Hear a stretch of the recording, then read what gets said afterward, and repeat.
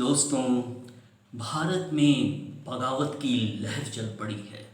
भारत किस दिशा में जा रहा है, इससे आज राजनीतिक दलों और राजनेताओं को कोई मतलब नहीं है। गठजोड़ करके सिर्फ सरकार बनाने में लगे रहते हैं हमारे राजनीतिक दल। आज किसी भी राजनीतिक दल को कोई मतलब नहीं है देश को सही दिशा या संदेश देने का। जहां अपना मतलब देखते हैं वहां अपने तर्कों के औजार लेकर चल पड़ते हैं। या तो देशभक्ति का झूठा दिखावा करते हैं या धर्म के खतरे में पड़ने की बात करने लगते हैं। देशभक्त सभी होते हैं। देशभक्ति की भावना हमारे खून में होती है और उसके लिए किसी के सर्टिफिकेट की ज़रूरत नहीं होती। हमारे देश भारत को जितना आगे बढ़ना चाहिए था उतना आगे वह नहीं बढ़ पाया। लोकतंत्र के नाम पर परिवारों ने देश पर शासन किया है और अपने परिवार के बाहर के किसी भी व्यक्ति को उन्होंने पनपने नहीं दिया है। और कोई भी थोड़ा लोकप्रिय हुआ नहीं कि उसे बाहर का रास्ता दिखा दिया है। कोई दल धर्म के नाम पर लोगों को गुमराह करता है और उनकी भावनाओं से खेलकर सत्ता में चला आता है, तो कोई दल सामाजिक न्याय के नाम पर लोगों को धोखा देता है और समाज को बांटता है। तो किसी दल का नेता धर्म का गणित कर देश के प्रधानमंत्री को भी प्रधानमंत्री मानने से इनकार कर देता है। यह है भारत का पनपता प्रजातंत्र। इस देश के प्रधान न्यायाधीश भी बहुत दुखी मन से रिटायर होते हैं, क्योंकि प्रायः सांसदों की छोटी सोच के कारण उनकी एक नहीं चलती। जब व्यक्ति की मौत हो जाती है तो न्यायपालिका का निर्णय आता है। एक सामान्य नागरिक करे भी तो क्या। सबों के चेहरों पर लाचारी देखने को मिलती है।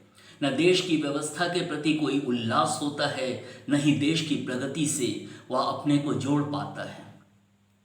आज खुलेआम देश की न्यायिक व्यवस्था की धज्जियां उड़ रही हैं, वह भी महाराष्ट्र सरकार द्वारा। महाराष्ट्र ने ही देश को भीमराव अंबेडकर और ज्योतिबा फुले दिया। आज उसी महाराष्ट्र के शिवसेना के प्रवक्ता देश की बेटी कंगना रनावत जैसी सफल और मुखर अभिनेत्री को गंदी गाली दे रहे हैं। और बेशर्मी की हद है कि शिवसेना के नेता भी गोल मटोल जवाब दे पत्रकारों के सवालों को टाल रहे हैं। यह सफ़ेदपोश सरकारी गुंडागर्दी नहीं तो और क्या है। पहली बार एक महिला कंगना रनावत ने शिवसेना की सरकार को महाराष्ट्र में खुली चुनौती दी है और सारा देश देख रहा है देश को क्या संदेश जा रहा है। क्या इसी दिन के लिए आज़ादी के दीवानों ने कुर्बानी दी थी? लेकिन आज इस राज्य को राजनीतिक गुंडों ने बदनाम कर रखा है। किसी भी तथाकथित लिबरल यानी उदारवादी ने कोई आवाज़ नहीं उठाई। सारे झूठे हैं और जनता की आंखों में धूल झोंकते हैं। इनकी शिक्षा ने इन्हें डिग्री तो दी लेकिन संस्कार नहीं दिए। बुद्धिजीवी बनने का ढोंग करते हैं।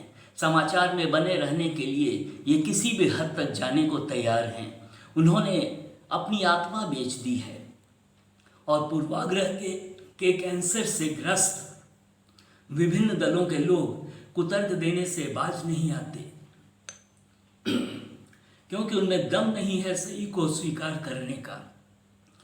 अपनी समझदारी को उन्होंने नाले में बहा दिया है। हिम्मत है तो सही को स्वीकार कर आवाज़ उठाओ। नारी की इतनी बदनामी कभी नहीं हुई। देश को क्या संदेश जा रहा है?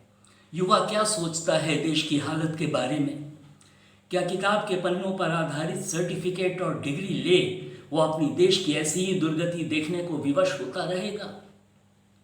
जिस देश के राजनेताओं ने देश की ऐसी दुर्गति कर रखी है, उस देश के नागरिक को कैसे अपने देश पर गर्व होगा?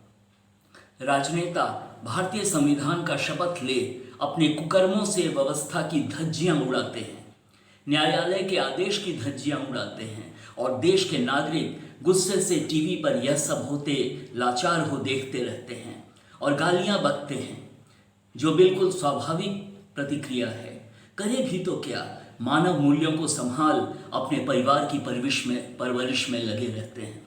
दोस्तों, हम सबको 70 वर्षों की लंबी नींद से जागने की और आवाज़ उठाने की ज़रूरत है। कोई भी देश उसके नागरिकों से ही बनता है।